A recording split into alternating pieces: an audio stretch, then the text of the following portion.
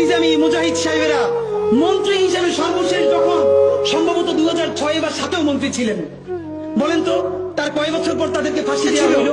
তাদের মন্ত্রণালয়ে একটা পয়সার দুর্নীতি বের করতে পারে নাই, তাদের সন্তানরা তাদের জানাজাটা পর্যন্ত করতে পারে নাই। প্রথম আলোর প্যারালাল কাছাকাছি একটা পত্রিকা কি আমরা দাঁড় করাইতে পারছি? হবে। আমাদের অনেকগুলো প্রতিষ্ঠান লাগবে, আমাদের আর্থিক যোগ্যতা অর্জন করতে হবে। ইনসাফ যদি রাষ্ট্রে কায়েম হয়ে যায় তাহলে 80% ইসলাম তো এমনিতেই কায়েম হয়ে যায়। বাংলাদেশের ইসলাম এবং মুসলমানকে বাঁচাইতে হইলে আমাদেরকে তুমুল যোগ্যতা অর্জন করতে হবে। এই চট্টগ্রামের সন্তান হাবিলদার রজব আলীর নাম কেউ বলে না, ইতিহাস থেকে নাই করে দিয়েছে। আপনারা তার নাম শুনেছেন?